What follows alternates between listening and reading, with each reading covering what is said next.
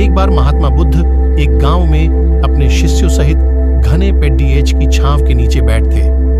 आसपास के गांवों से बहुत से लोग अपनी मानसिक समस्याएं लेकर महात्मा बुद्ध के पास आ रहे थे। महात्मा बुद्ध उन सब की मानसिक परेशानियों का समाधान देते। सब लोग खुशी खुशी अपनी समस्याओं का समाधान पाकर वहां से लौट रहे थे। वहीं से कुछ दूर बैठा लोगों को बुद्ध के पास जाते देख एक दुखी भिखारी अपने भाग्य को कोसता हुआ यही सोचने लगा कि अभी कुछ देर पहले तो ये लोग दुखी मन से मुंह लटकाए उन महात्मा के पास गए थे और अब इतना खुश होकर कैसे वापस लौट रहे हैं। आखिर माजरा क्या है, जरा मैं भी जाकर देखूं कि वो महात्मा ऐसा कौन सा खजाना बांट रहा है इन लोगों को। वे इतने प्रसन्न हुए कि उनके चेहरे लाल हो गए। जब वो दुखी भिखारी कुछ नजदीक गया तो उसने देखा कि ये महात्मा तो लोगों को प्रवचन देकर लोगों के दुख का निवारण कर रहे हैं। ये देखकर भिखारी के मन में भी तीव्र इच्छा हुई कि क्यों ना मैं भी इन महात्मा को अपना दुख बताऊं, मुझे भी अपने दुख का समाधान अवश्य मिलेगा।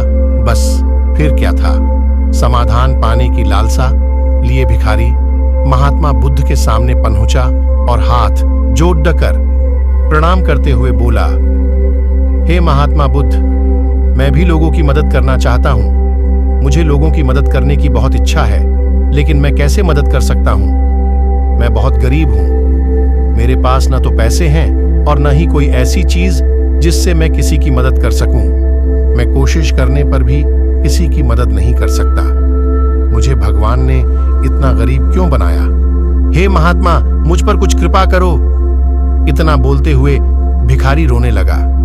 महात्मा बुद्ध बोले, आप बहुत अज्ञानी हैं, क्योंकि आप अभी तक इस भ्रम में जी रहे हो कि तुम्हारे पास कुछ नहीं, जबकि दूसरों को कुछ देने के लिए तुम्हारे पास बहुत कुछ है।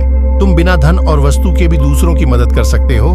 तुम्हारे पास जुबान है जिससे तुम मीठे शब्द बोलकर किसी के दुखी चेहरे पर मुस्कान ला सकते हो।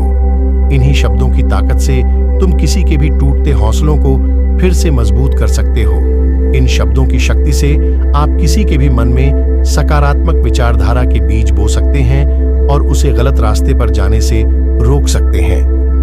तुम्हारे दो हाथों से किसी भी कमजोर या लाचार व्यक्ति की सहायता कर सकते हो। आपके दो आंखें किसी अंधे को रास्ता दिखा सकते हैं। तुम किसी के लिए दुआ कर सकते हो। ये हो सकता है कि उनके बुरे काम फिर से हो जाएं। आप किसी के अच्छे स्वास्थ्य की कामना कर सकते हैं, लेकिन अज्ञानतावश तुम अब तक इस बात को समझ नहीं पाए और इस भ्रम में अब तक जीते रहे कि तुम्हारे पास मदद करने के लिए कुछ नहीं। किसी की मदद करने के लिए धन और वस्तु का होना अनिवार्य नहीं है। बिना धन और वस्तु के भी हम कई प्रकार से लोगों की मदद कर सकते हैं। महात्मा बुद्ध के ज्ञान से भरे ये सुंदर शब्द सुनकर भिखारी के चेहरे पर मुस्कान आ गई और वह खुशी से झूमता हुआ वहां से चल गया।